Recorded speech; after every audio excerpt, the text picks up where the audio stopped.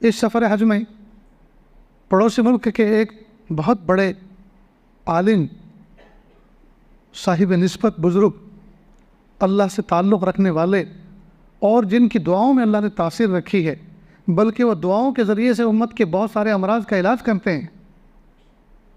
علاج بالدعا۔ ان کے ساتھ ملاقات کا موقع ملا، کچھ وقت ان کے ساتھ گزارا، انہوں نے مجھے الحمدللہ اس دعا کی اجازت بھی دی، دعا پڑھ کر دم کرنے کی اجازت بھی دی۔ تو اس میں سے ایک دم میں آپ کو سناتا ہوں، اور آپ تمام لوگوں کو اس کی اجازت بھی دیتا ہوں۔ آپ اس کو پڑھیں، آپ اس کا اہتمام کریں، کوئی مشکل نہیں ہے۔ اور شیاطین کے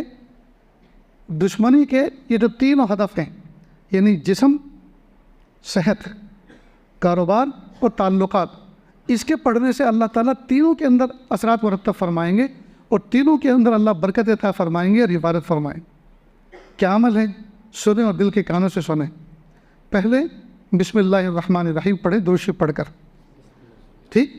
بسم اللہ الرحمن، پہلے بسم اللہ الرحمن الرحیم، پھر درود شریف،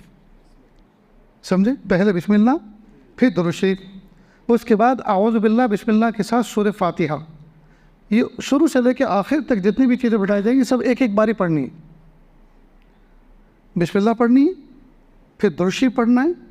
پھر اعوذ باللہ بسم اللہ کے ساتھ سورہ فاتحہ پڑھنی ہے، پھر صرف بسم اللہ کے ساتھ آیت الکرسی، اور صرف بسم اللہ کے ساتھ تینوں قل هو اللہ احد، قل اعوذ برب الفلق، قل اعوذ برب الناس۔ اس کے بعد ایک چھوٹی سی دعا ہے، ایک سطر کی، یا عزیز یا حمید یا ذل عرش المجید، یا عزیز یا حمید یا ذل عرش المجید، اصرف عنا شر کل جبار عنید۔ اصرف عنا پر یعنی مجھ سے دور فرما، ہم سے دور فرما، اس کا معنی یہ ہے اصرف عنا،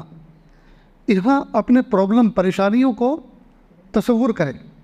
مثلا بیماری ہے اس کا تصور کرے، کاروبار میں پریشانی ہے اس کا تصور کرے، کوئی ناجائز مقدمے لدے ہوئے ہیں ان کا تصور کرے، جی یہ تعلقات میں خرابی ہے اس کا تصور کرے، اصرف عنا شر کل جبار عنید، اور پھر آخر میں درود شریف، اور یہ پڑھ کر اس کے بعد ہاتھوں کو ایسے پھیلائے جیسے دعا میں پھیلائے جاتے ہیں، اور ان پر دم کرے، لیکن دم کیسا کرے؟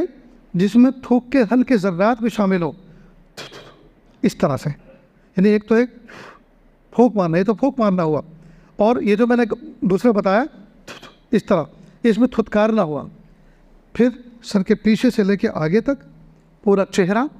پھر دائیں بغل کے نیچے سے آگے تک، اور اوپر والا حصہ اس طرح سے جیسے کوئی چیز جھاڑتے ہیں، یہ اسی طرح بائیں بغل کے نیچے سے پورے ہاتھ پر، اور اس طرح سے، پھر آگے سینہ، مونڈھ ہے، اور یہ ران سے لے کر گھٹنے کے نیچے اور پنڈلی کے اوپر اور نیچے یہاں تک کہ پنجے تک پہنچ جائیں، دائیں اور بائیں دونوں پیر۔ مغرب بعد یہ عمل کرنا ہے تو پوری رات انشاءاللہ اللہ تعالیٰ تینوں نقصان، یعنی جسم، تعلقات، کاروبار، اللہ تعالیٰ اپنی حفاظت فرمائیں، اور فجر کے بعد پڑھیں گے تو انشاءاللہ پورا دن اس میں حفاظت میں رہیں گے۔ تو کریں گے نا دوستو انشاءاللہ؟ اب اس کی کیا کیا برکات ظاہر ہوں گی